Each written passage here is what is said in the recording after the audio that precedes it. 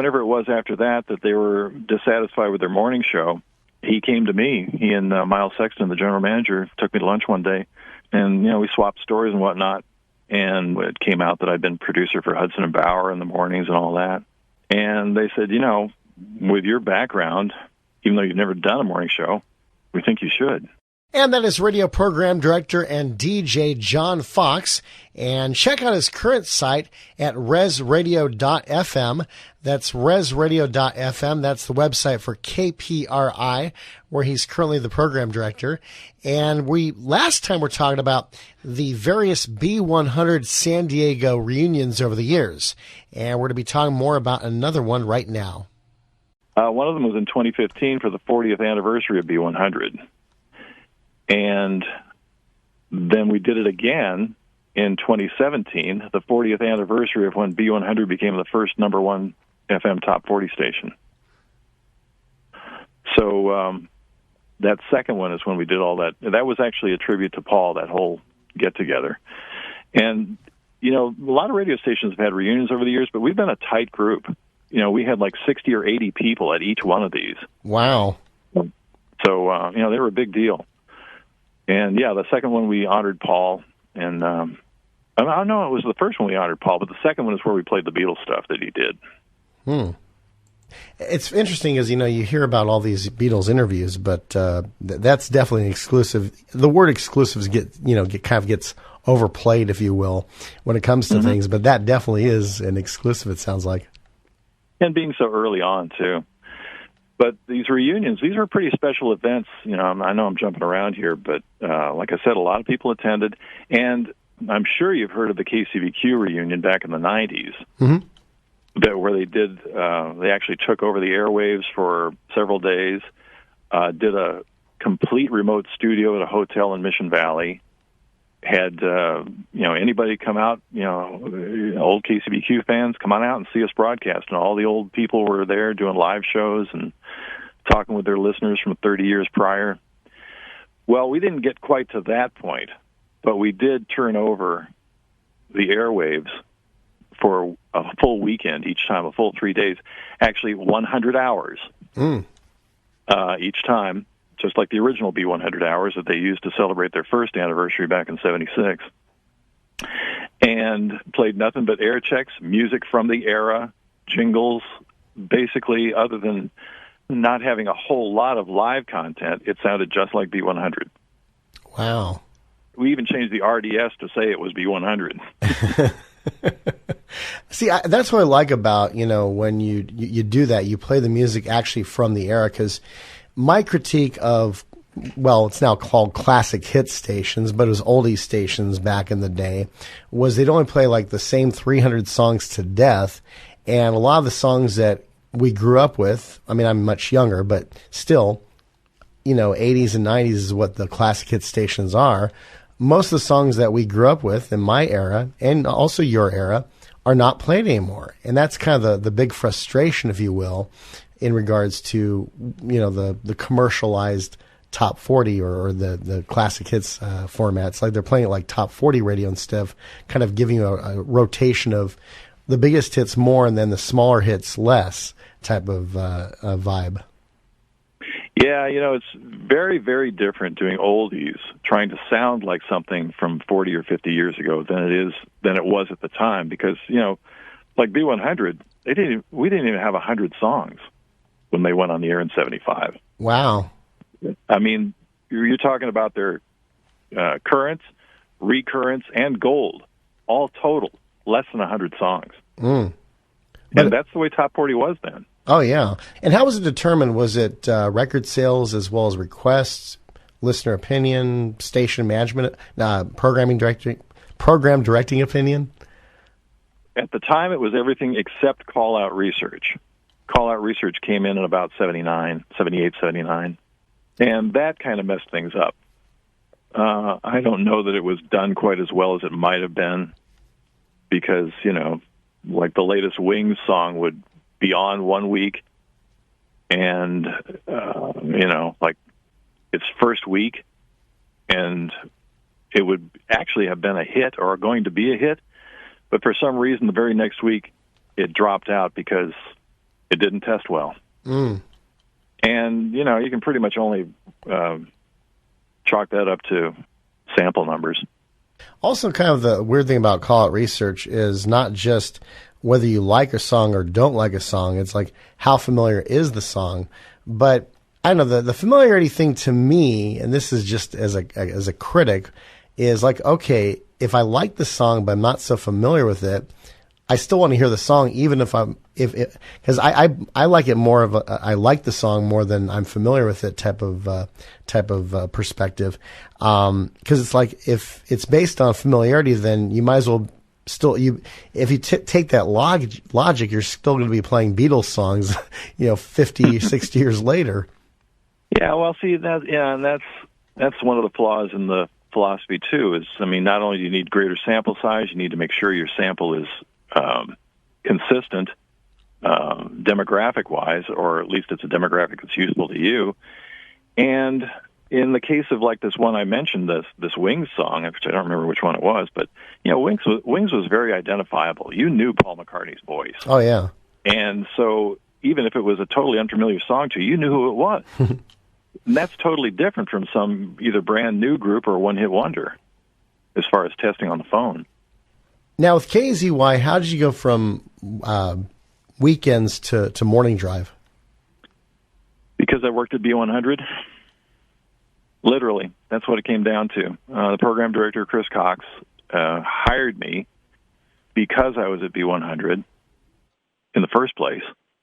And when about a year, whenever it was after that they were dissatisfied with their morning show, he came to me. He and Miles Sexton, the general manager, took me to lunch one day, and we swapped stories and whatnot. And it came out that I'd been producer for Hudson and Bauer in the mornings and all that. And they said, with your background, even though you've never done a morning show, we think you should. And that's how I got it. How often did you do remote broadcasts from various places in Orange County as morning drive personality there? As morning drive, probably only the Disneyland remotes, when they would do a promotion and bring in a bunch of radio stations. Oh, okay. I think they may have had us once or twice just on our own, but usually it was one of those mass things where they shipped radio stations in from all over the country. Oh, okay. We kind of got favored status being, they're in Anaheim with them. Remember they had guys climbing the Matterhorn every morning, just for park guests to see, ooh, look at the guys up on the mountain. They used to call me with the weather report every morning from the top of the Matterhorn. Wow. So, we were that involved with Disneyland.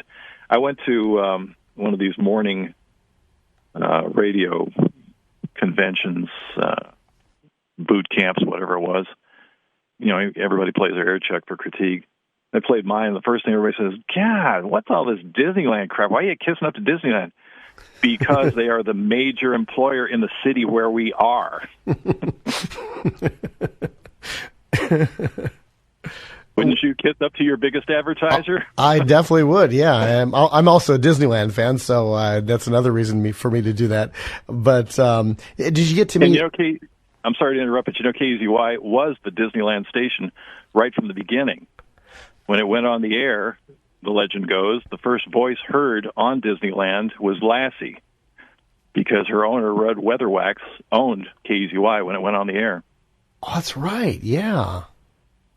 And then their original studios were actually the Disneyland Hotel outdoor, was kind of a mini mall looking building. That's where KEZY originally was located. Those buildings are long gone. I think they got bulldozed when they built downtown Disney about 25 years ago. But I remember seeing some pictures of them. I was like, that's so cool that you got a radio station in the shopping mall area out just outside of Disneyland. Yeah, I'm not real clear on all that. You might be better informed than I am. I recall there being a studio in the lobby of the Disneyland Hotel. Not that I ever saw it, but, I saw pictures of it and heard the story. Yeah. So, it probably was in several places at Disneyland before it moved over to Ball Road. That's true. Ball Road, it was at Ball Road by the time you got there, I think, right? Yeah, 1190 East Ball Road, corner of Ball and East.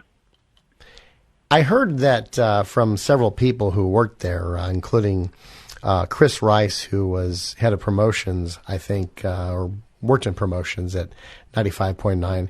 He said that the building was so old and so decrepit by the time Salem bought the radio station Signal that the kitchen cabinets, when you opened up the cabinet door, there was a hole in the wall looking outside.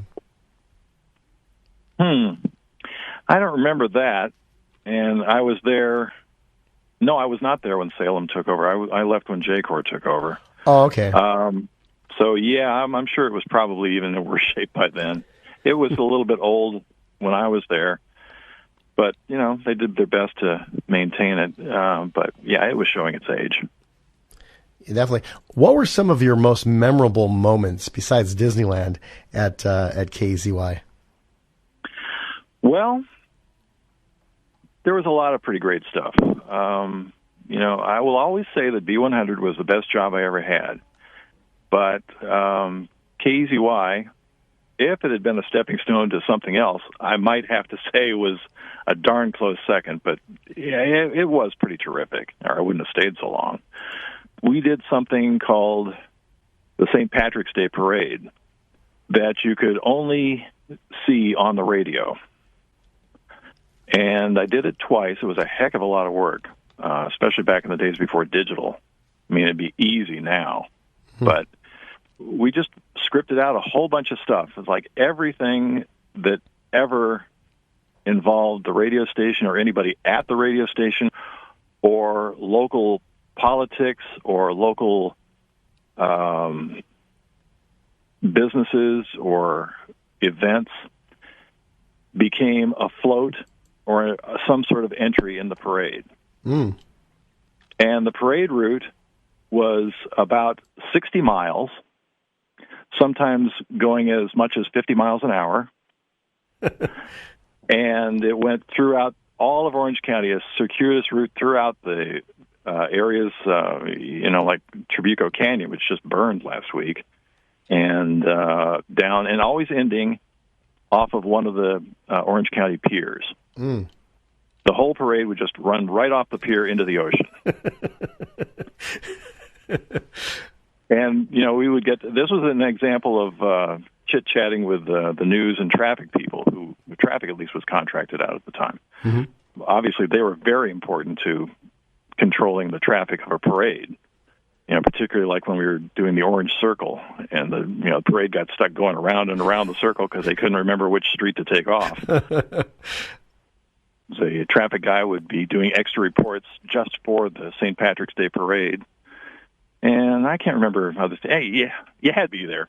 But the thing was, in the studio, you know, I had all these sound effects and bites and things of the parade and the people on the floats and whatnot, all on carts. We had 6 cart machines and 4 CD machines and a reel-to-reel. And I was using all of them constantly to get this parade going. The background noise, the sound effects, the drops, the interviews with people. Had a stack of carts, everything in order that I needed. And it was just like, okay, one thing done, great. Stop it, pull it out, even if it isn't recycled, slam the next cart. It's coming up in 5 seconds anyway. And, yeah, it's, you know, having an octopus in there would have been helpful. Well, you were creating theater of the mind, as Stan Freberg called it. Yeah, one time I remember it was Chris somebody who was doing a new syndicated music show we were going to carry, I think right after USA Top 40. And so he was going to come in and be on the show to promote the new, you know, weekend syndicated show. And he came in one morning. I saw the doorbell light flash in the studio. And I think the news person was off that day. We were contracting out the news that day. Metro Traffic would do news in days when the news person was on vacation. And so I went out, you know, a long song came on. I went out and let Chris in. And so I'm sorry, I got to get back to the studio, so I'm running, but just try to follow me. And he's looking around, and, you know, there's absolutely nobody there. This was like 7 a.m., I think. So there's no receptionist, none of the salespeople, none of the business office, nobody else is there yet. The AM station is automated at the time. or taking a feed from somewhere. And the news person's on vacation, so I'm the only one there. So Chris comes in the studio with me, and I get the next break done. And I say, okay, great. Hey, Howard, pleased to meet you and all that. And he keeps looking around going, where is everybody? So what do you mean? I mean, I'm listening to your show. On the way in here, you got like 6 or 8 people. Where are they? Oh, well, news and traffic, of course, is coming from somewhere else. Yeah, but you were talking to that janitor character. I said, well, yeah, that was actually me talking to a tape. And, it just went on and on like this. Where is her? I said, well, I'm it. Everything else is, like you said, theater of the mind. So that was a cool memory. The most exciting things that I think people go, wow, that is cool, is, for one, I got to fly with the Blue Angels. They went around doing that for most markets, and, I'd say there's probably at least a half a dozen radio people in most of the big markets that have gotten to fly with the Blue Angels because they were on the radio, and they wanted them to go back and talk about it, and I did, and that was pretty darn memorable.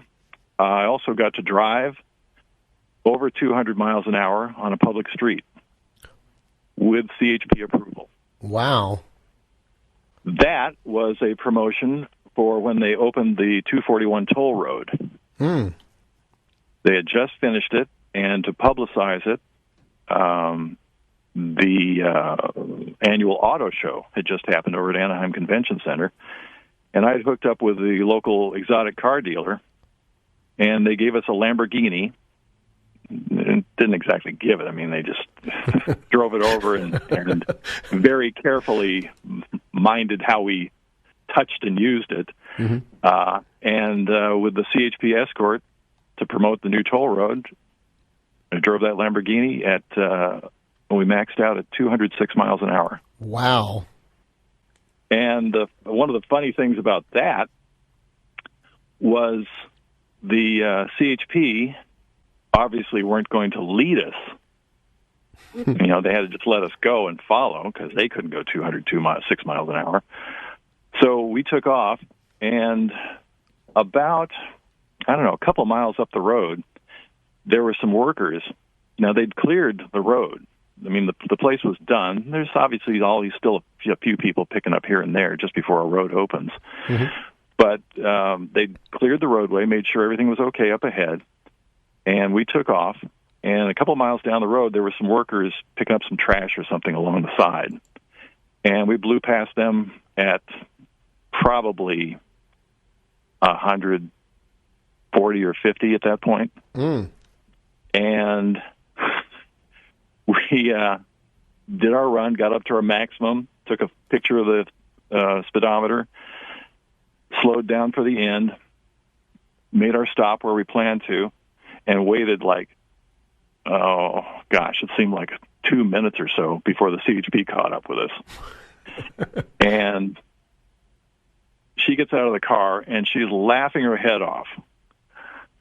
And so, what? We did a serious, potentially even a little bit dangerous run there, but what's so funny? She said, remember those workers you passed down there? Okay, well, when I got to them, they were pointing after you going, they went that way.